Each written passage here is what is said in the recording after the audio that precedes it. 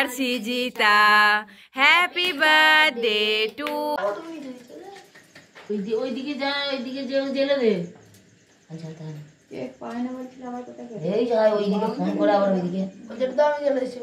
Good evening. ব্লগটা এর আগে যে ব্লগটা করেছিলাম এখানেই শেষ করেছিলাম, তো আবার এখান থেকেই শুরু করলাম। আমার ভাইয়ের মেয়ের বার্থডে বললাম না, তো সেই জন্য এখানে কেক কাটা সব তোড়জোড় হচ্ছে। আর এখানে মা, কাকিমা, ভাই, তারপরে আমার কাকিমার বৌমা, তার নাতি সবাই আছে, ঠাকুমা, আমি। Birthday to you, happy birthday, ভাই হাতালি দে, to you, happy birthday dear Sijita, happy birthday to you.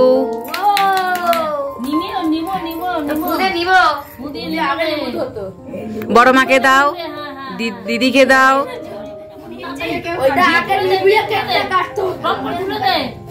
ওই বড় মাকে দাও আগে, বড় মাকে দাও,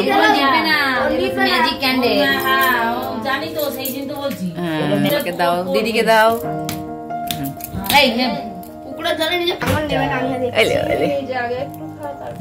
ওকে একটু কেউ খাই আগে দে বাবা, আমি তোকে খাই দে, ওটা পুরো নে, তুই পুরোটা খা, খা এবার কেকে কেটে দিকে দাও। এ দাদা নে রে, হ্যাঁ সাইজ করে কেটে দাও, সাইজ করে সব কেটে দিচ্ছি। গুড মর্নিং, আজকে হচ্ছে নেক্সট দিন, এবারে বাড়ি যাব। তো আমি বাড়ি যাওয়ার পর থেকে ভাবছি যে একটুখানি আমাদের ছোট্ট করে হোম ট্যুর দিয়ে দিই আপনাদের।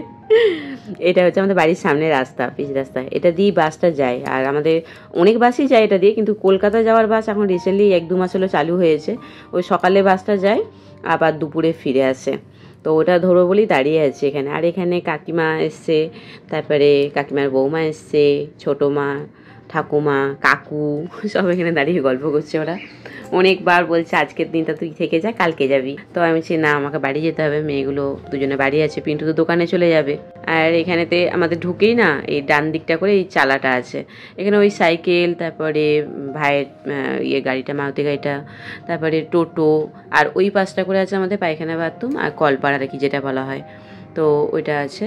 আর এই দিকটা করে উঠে গেলে আমাদের খামার বাড়ি, মানে এখানে ওই মরাই টরাই বাঁধা হয় ধানের।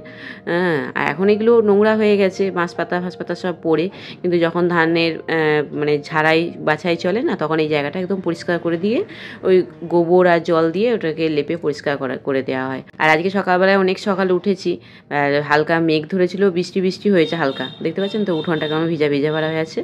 এই দিকটা দিয়ে উঠে গেলেই এটা হচ্ছে ভাই থাকে, আর অনু থাকে, ভাইয়ের মেয়ে থাকে এদিকে, আর ঠাকুমা থাকে এই সাইডটা করে। তো ওদের ওই বারান্দা দিয়ে উঠে গিয়েই এখানটা থেকে আবার এই যে এটা হচ্ছে কিচেন, মানে এখানে স্ল্যাব করা আছে, একটা ছোটো চৌকিও পাতা আছে, লোকজন আসলে যাতে একটুখানি বসতে পায়। আচ্ছা, একটা ছোটো ডাইনিং চেয়ার টেবিল আছে। আর এটাতে ভাই আর ভাইয়ের ওয়াইফ থাকে এই রুমটাতে। তারপরে আর এই একটা যে দরজা খুলছি, এটা হচ্ছে সিঁড়ির তলাটা, ওই সিঁড়ির তলাটাতে বাসন কুসন থাকে, তারপরে ফ্রিজ ট্রিজ এগুলো রাখা আছে আর কি।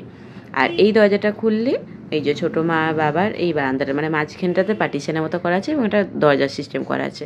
এই সাইডটাতে ছোটো মা বাবা থাকে, ছোটো মা বাবা এই বারান্দাতেই রান্নাবান্না করে নেয় আর কি।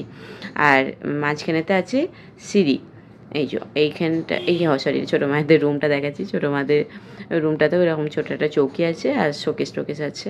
আমি তাড়াহুড়ো করে দেখাচ্ছি আপনাদের, এটা হচ্ছে মেন, কারণ বাস চলে আসবে। আর এই মাঝখানের সিঁড়িটা, এই সিঁড়িটা দিয়ে ওপরে উঠে গেলে 3 ধাপের সিঁড়ি, এটা ওপরে উঠে গেলে এখানেও 2টো রুম। তো যেটা প্রথমে যে দরজাটা দেখছেন, ওই রুমটাতে ছোটো মাদের আর কি সব মানুষজন আসলে, কোনো কেউ আসলে ওটা পুরো এমনি ফাঁকা পড়ে আছে, কিচ্ছু নেই ওখানেতে, মানে চৌকি টৌকি কিচ্ছু নেই। আর এই সাইডে যে একটা রুম দেখালাম ওটাতে ঠাকুমা থাকে, আমরা গেলে আমরা ওই ঠাকুমার রুমে যে খাট আছে ওটাতেই আমরা শুই আর কি সবাই। আর তারপরে এখানে নেমে আসলাম, এসে এই যে দেখতে পাচ্ছেন ওই দিকটা ভাই আর ভাইয়ের ওয়াইফ থাকে, আর এই দিকটাতে ছোটো মারা ওঠানামা করে এই সাইডটা করে। আর এই দিকটা যেটা এখন গাছপালা লাগানো আছে, আম কাঁঠাল আমি অত ভালো দেখাতে পারলাম না, ওই লেবু গাছ, এই সাইডটা করে আমাদের আগে একটা গোয়াল ছিল। মেঘার আর মনি মামা ঘর আসলে এই জন্যই খুব ভালো লাগে, বলে খুব খোলামেলা, ভীষণ ভালো লাগে ওদের। এখন আমাদের আর গরু বাছুর মহিষ টহিষ সব ছিল, ছাগল টাগল সব এখন বিক্রি করে দিয়েছে, এখন আর কিছুই নেই। আগে ঠাকুমা যখন একটু ইয়াং ছিল তখন ঠাকুমাগুলো দেখাশোনা করতো, এখন যেহেতু ঠাকুমার বয়স হয়ে গেছে তো সেই জন্য এখন আর ওইসব কিছুই নেই, সব বিক্রি করে দিয়েছে। আর গোয়াল চালাটা ওটাও ভেঙে দিয়েছে, এমনিই পড়ে আছে জায়গাটা। ভাই আমাকে টোটোয় করে বাস স্ট্যান্ডে তুলে দিয়ে গেল, কারণ ঘরের সামনে দিয়ে যে বাসটা যায় না ওটা যায় না, ঈদ ছিল বলে সেদিন বাসটা বন্ধ ছিল। আর আমি বর্ধমান বাস স্ট্যান্ডে চলে এসেছি, কিন্তু বর্ধমান বাস স্ট্যান্ড থেকেও আজকে আমি বাস পাইনি, আমাকে শক্তিগড় যেতে হলো বাস ধরার জন্য। শক্তিগড়ের ল্যাংচা খাওয়ার জন্য একদম দুজনেই লাইন দিয়ে আছে। একটা নে দুটো নয়, চা করার এই এটা গামলাটা কেন নিচ্ছিস? মনে দুটো নয় একটা নে, বড় বড় খেতে পারবি না, পেট ভরে যাবে, একটু করে ফেলে রাখবি। বাবান দুটো না একটা নে। কি অবস্থা, পাপ্পিটা দিয়ে যাতে দি।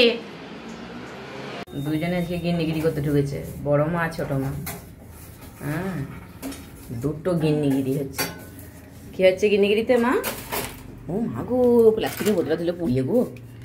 হ্যাঁ গরম ইয়েটাকে কড়াইটাকে এখানে নামিয়ে দিল পট করে। হায় হায় হায়, এই যে ইনি বানাচ্ছিলেন পপকর্ন, চলছে মুখ একদিকে, আর উনি বানাচ্ছেন কি ওয়াই ওয়াই নুডলস। ঝাল ঝাল কি পাচ্ছিস আবার, ওটা কেন করছিস?